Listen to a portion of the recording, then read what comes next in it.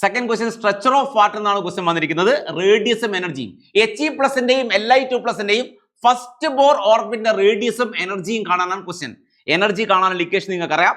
Energy of electron in nth orbit En is equal to -2.18 into 10⁻⁻18 into z² എന്നുള്ള equation. Z is atomic number and n is number of orbit ആണ്. അപ്പോൾ നമ്മൾ ഈ He+ നോക്കുകയാണെങ്കിൽ -2.18 into 10⁻⁻18 ഹീലിയത്തിന്റെ atomic number 2 ആണ്. So 2² ആണ് He+.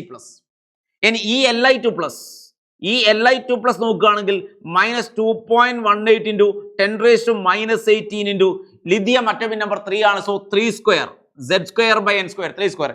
ഇത്രയും joule ആണ് അല്ലെ. ഇനി റേഡിയസ് കാണാൻ, radius of nth orbit Rn is equal to 0.53 into n²/z ആണ്. n²/z ആംസ്ട്രോങ് ആണ്. റെഡി അല്ലേ? ദാറ്റ് ഈസ് 0.53 into ഈ He+ നോക്കുകയാണെങ്കിൽ 0.53 into n², first bore orbit ആണ്. 1² അറ്റോമിക് നമ്പർ ഹീലിയം 2 ആണ്.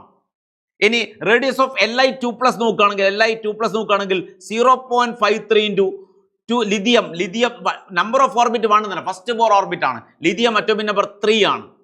ഇത്രയും ആംസ്ട്രോങ് ആണ് കിട്ടുക. ക്ലിയർ അല്ലേ? യെസ്.